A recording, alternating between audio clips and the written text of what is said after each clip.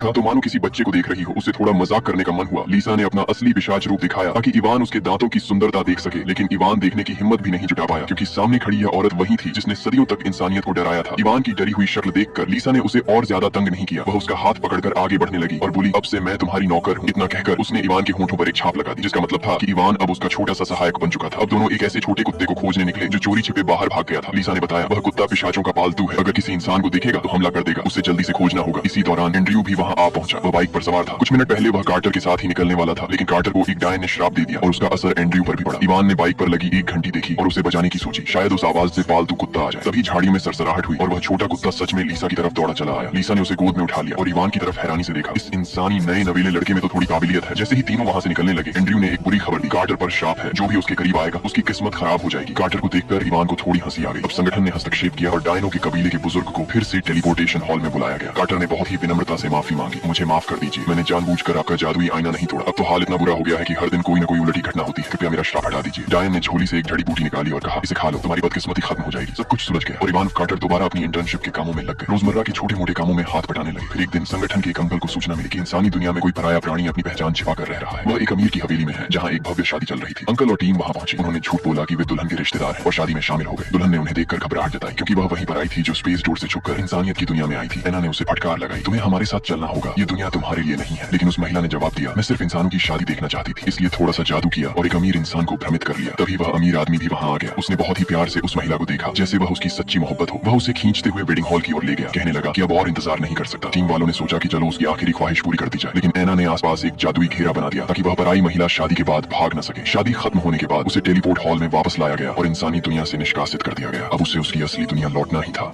Jack अभी अभी राजधानी में पढ़ाई के लिए आया है। वो एक रूममेट की तलाश कर रहा था जब उसे एक मकान का विज्ञापन दिखा। सोचते हुए चलो जाकर घर देख लेता हूँ, वो सीधे उस पते पर पहुंच गया। जैसे ही जैक ने दरवाजा खटखटाया, एक छोटे बालों वाली सुंदर लड़की ने दरवाजा खोला। जैक ने मुस्कुराकर कहा, नमस्ते, लेकिन उस लड़की ने उसे कोई पागल समझ लिया और दरवाजा जोर से बंद कर दिया। वो तुरंत अंदर गई और अपनी रूममेट को बुला लाई। थोड़ी ही देर में सच्चाई सामने आ गई, ये तो बस एक गलतफहमी थी। रूममेट ने तुरंत जैक को पहचान लिया। अरे यही तो है वो लड़का जिसके बारे में मकान मालिक ने बताया था। अब जब बात साफ हो गई, जैक ने सामान रख दिया। तीनों ने आपस में परिचय देना शुरू किया। छोटी बालों वाली लड़की का नाम था रिया और लंबे बालों वाली लड़की थी साक्षी। अचानक पता चला तीनों एक ही कॉलेज में पढ़ते हैं। रिया ने जैक को ध्यान से देखा, फिर उसकी हैंडसम शक्ल देखकर खुद पर कंट्रोल नहीं रख पाई और धीरे धीरे छेड़खानी करने लगी। साक्षी मुस्कुराकर बोली, रिया को जब भी कोई स्मार्ट लड़का दिखता है ये ऐसे ही बर्ताव करने लगती है, टेंशन मत लो। जैक थोड़ी झिझक के साथ मुस्कुरा दिया। तभी माहौल में भूचाल आया। एक बड़ा तिलचट्टा अचानक कमरे में घुस आया और हैरानी की बात ये थी, जैक दोनों लड़कियों से पहले भाग खड़ा हुआ। रिया और साक्षी ने उसकी मर्दानगी पर ताना मारा तो जैक ने हिम्मत दिखाते हुए कहा, ठीक है ट्राई करता हूँ। लेकिन जैसे ही उस तिलचट्टे ने उड़ना शुरू किया, तीनों की हालत खराब हो गई और सबके सब हार मान गए। किसी तरह जैक ने उस तिलचट्टे को हटा दिया। फिर जैसे ही वह डर से कांपते हुए पानी पीने लगा, साक्षी अचानक उसे गले लगा लेती है। जैक अभी कुछ समझ भी नहीं पाया था कि रिया ने कहा, तुम्हारे कपड़े धुल चुके हैं। जैक अपने कमरे में कपड़े समेट रहा था, तभी कपड़ों में एक सफेद आंखों की पट्टी मिल गई। उधर साक्षी भी अपने कमरे में कपड़े सजा रही थी। नए रूममेट के स्वागत के लिए रिया और साक्षी ने मिलकर एक शानदार डिनर बनाया। तीनों ने साथ बैठकर खाना खाया और जैसे ही थोड़ा बहुत पी लिया, माहौल और भी खुला हो गया। रिया फिर से शुरू हो गई। जैक की लव लाइफ के बारे में पूछने लगी। जैक ने जवाब दिया, अभी अभी ब्रेकअप हुआ है। रिया ने तुरंत पूछ लिया, लड़की कैसी दिखती थी, सुंदर थी क्या? तभी अचानक उसे याद आया, अरे आज तो एक और नया रूममेट भी आने वाला है और तभी नई रूममेट आ गई।